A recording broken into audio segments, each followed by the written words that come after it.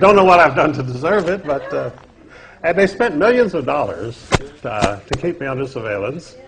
And of course, during that entire time, I never even got a parking ticket because when you're under daily surveillance by the FBI, it limits your activities. You can't go around robbing banks or so I had to be a good citizen whether I wanted to be or not. Because they had all of the instruments of modern communications. They had videos and they had bugs on my telephone and so forth.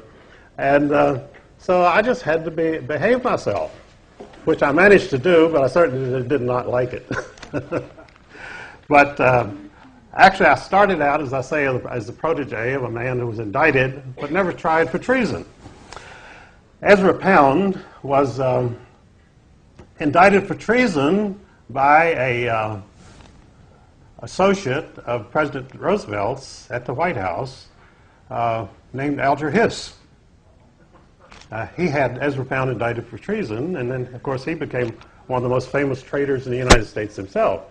But Alger Hiss had Ezra Pound indicted for treason because Alger Hiss was a KGB agent, and, of course, as a loyal communist, he considered Ezra Pound a fascist, an anti-communist, and a real threat. So they both wound up in prison, but Ezra used to complain. They kept him for 13 and a half years, and Alger Hiss only served 6 years. And when Alger Hiss got out, he got a government pension.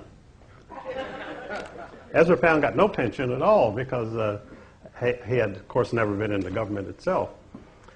But when I met Ezra Pound, I was taken there by one of my professors at the art school in Washington. I was attending at that time. And I could not understand why Ezra Pound was going to talk to me, you know. I didn't know anything. So I got over there and I found out that being a prisoner, he needed people coming in to talk to him. And he did have, over the period of 13 years he was there, he had 3,800 people come from all over the world to sit at his feet and to learn from him. So he was always a teacher. And he started right in. When I walked in, it was wintertime there in Chestnut Ward. It was very dark and gloomy in the afternoon. And I was let in by a keeper who had an enormous collection of keys, bigger than my leg, hanging from his waist. And he unlocked this door, and I walked in, and then he closed the door and locked it behind me. And you always have a little feeling, well, you wonder if he'll ever unlock it for you. Maybe this is their chance, you know, to have me in there. So I walked in, I saw Ezra Pound sitting there, a very distinguished-looking person, and suddenly it struck me, this man hasn't committed any crime. What is he doing sitting here? Why is he a prisoner? And I got so angry that my whole head turned black, and I was so enraged that I just thought then, I'm going to try to get him out of here. And I've never been so angry in my life, and that anger has lasted well over 50 years because nothing has been corrected. I did finally get Ezra Pound out of St. Elizabeth, and the government dropped all charges against him. Well, in fact, early in our association, I said to Ezra, well, what are your prospects here? And he said, well, I expect the government to drop all charges and to release me. And so when he told me that, I thought, well, he really must be crazy because there's no way this government's going to drop these charges. And so he asked me to ask around because I knew a lot of influential people in Washington through George Stimson at the Press Club. And so he said, ask around and see what you think you can find out. So I asked George Stimson, I said, would you ask people around, what does the government plan to do with Ezra Pound? Are they just going to keep him for a few years and drop the thing, or what are they going to do? So George asked a couple of people in Washington who were proteges of his. One of them was General Lucius Clay, the hero of the Berlin airlift. Another one was a Supreme Court Justice, Tom Clark. Tom Clark, by the way, got on the Supreme Court of the United States with a brilliant background. He was a lawyer for the mafia. And so they figured, well, why don't we just put a guy on the Supreme Court? So they put Tom Clark on the Supreme Court.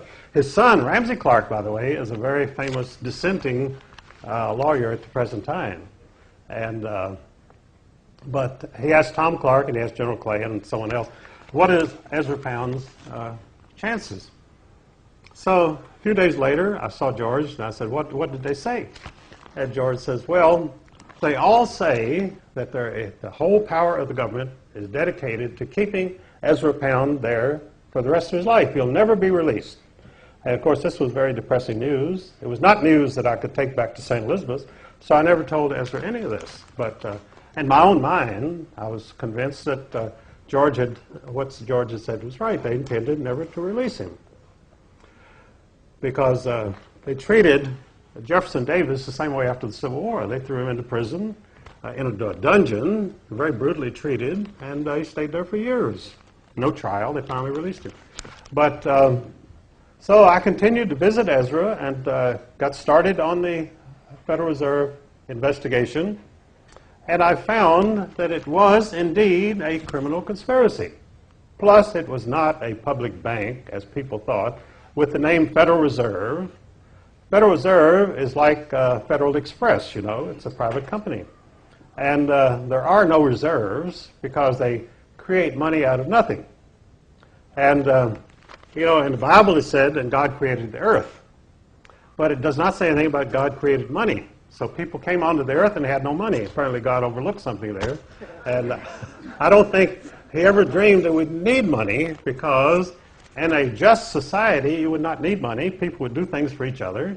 And that would be it. You wouldn't need gold and silver, any of that stuff. But people didn't do things the way God thought he wanted them to, or planned for them to, and so that they began to need money in order to transact business with each other. And of course, this created the opportunity for criminals, because as Amschel Rothschild said, give me the right to issue a nation's money, and I can control, I don't care what laws they make. And that's the situation we have today, because the private bankers issue the money, print all the money they want, and then they bribe the lawmakers. Doesn't matter if it takes $1 million or $5 million, they're printing the money anyway. So they go to the lawmakers and said, here's $1 million, and I want you to pass our bill. And of course, the lawmaker doesn't have any working citizens coming up and saying, here's $1 million, we want you to pass bills for us. And so the banker is the only one who brings in any money, so he's the one who gets the laws passed. And that's the system that you have, which is called democracy. It's called democracy because it's the rule of the mob. But it's not, it's the rule of the bankers, but the mob is controlled by money. So it's actually the rule of the mob. And that's why you have legislatures which pass laws to rob the people, to rob the 6 billion people of the world. Now, how do the bankers rob the 6 billion people of the world? Because that sounds pretty difficult. It's not difficult at all once you get your system going. It's a consortium of central banks throughout the world, each of which has the license to print money. Now, Ezra told me very early in our relationship, he said, sovereignty, a nation's control of its own destiny, lies in the right to issue money and the right to control foreign policy. Well, of course, you citizens have no right to issue money, and you have no voice in foreign policy. I don't think anybody in this room has any voice in foreign policy.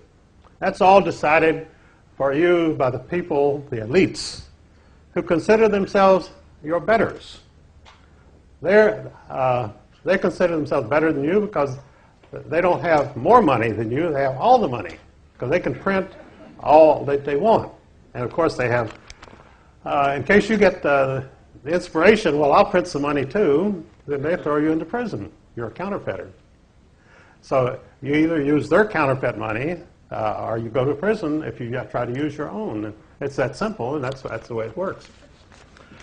Now, they also have another means of control, which encompasses everybody. Nobody can escape it, and that's called the tax, the income tax. Now, if these people had the license to print money, why would they need your income tax? Because they can print all the money they want. They don't care if you have $1,000 or $200,000. They don't need your money. But the income tax was instituted solely for control. Not only to control you, but to control the volume and flow of money. Because all central banks, with their right to issue money, are inflationary. Because they can print all they want. There's absolutely nothing in the laws which says they can only print $1 million a day or anything like that. It's unlimited. And all that money becomes your obligation, interest-bearing currency obligation. You're paying interest on all this money that the bankers are having such fun printing and bribing your legislators with. So the Federal Reserve, as a privately owned bank, had to control this inflationary money, and all central banks have to do this because the printing presses are running and the money is flowing out, and they have to have some control. Well, the control is the income tax, because you let people have the money and wages. They have to work for it. Nobody gives them anything, but they have to work for it. So, and then as they earn the money, the government takes it back as income tax. So they give what they call the subsistence wage. Now, the subsistence wage was developed in England by the Rothschilds about 1810. And they developed a system. They said, well, we want people to work, and we want them to work hard, but we cannot allow them to accumulate any assets. So therefore, we will give them a subsistence wage, and if they begin to save money, we'll tax it and take it away from them. And so this is what the subsistence wage is. And in all the so-called democracies, the subsistence wage is the fate of the workers. The worker bees have to live on a subsistence wage. They cannot get rich, and they cannot have the finer things of life because the government takes it back. In fact, I defined the difference between capitalism and communism many years ago. I said, under communism, profit is considered evil.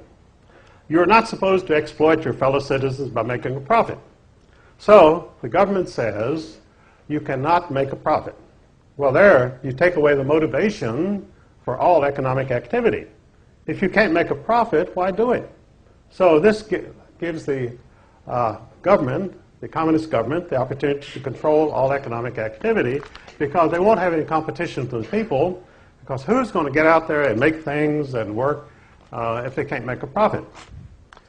Now, the capitalist country is entirely different.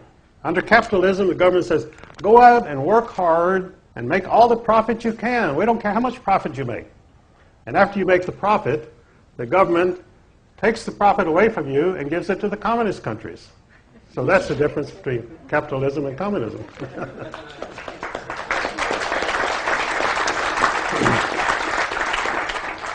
Now, all during the Cold War, when we were spending $250 billion a year on defense to protect us from the Soviet menace, the menace of world communism, the Soviet state was living entirely on largesse from the United States taxpayers, and a lot from Canada too. Canada was selling the Soviets wheat because the Soviets in the Bolshevik Revolution, the Ukraine was the breadbasket of Europe. They had the most wonderful wheat, and they fed all of Europe from this Ukrainian breadbasket. Well, the communist leaders, being mostly intellectuals who had never been on a farm, and they had no idea where food came from, they decided to kill the peasants. In fact, the joke in Russia after the Bolshevik Revolution was, this is the workers' and peasants' party. They enslave the workers and kill the peasants. And that's why it's the peasants and workers' party. So that's the story of communism. And so from 1917 on, the United States taxpayers were the total support of the Communist Party in the Soviet Union. In fact, the Federal Reserve Bank of New York, which was the central bank of the entire Federal Reserve System, most of its effort during the 1920s was dedicated to shoring up the collapsing communist system. See, the communist system collapsed almost immediately after the Bolshevik Revolution of 1917.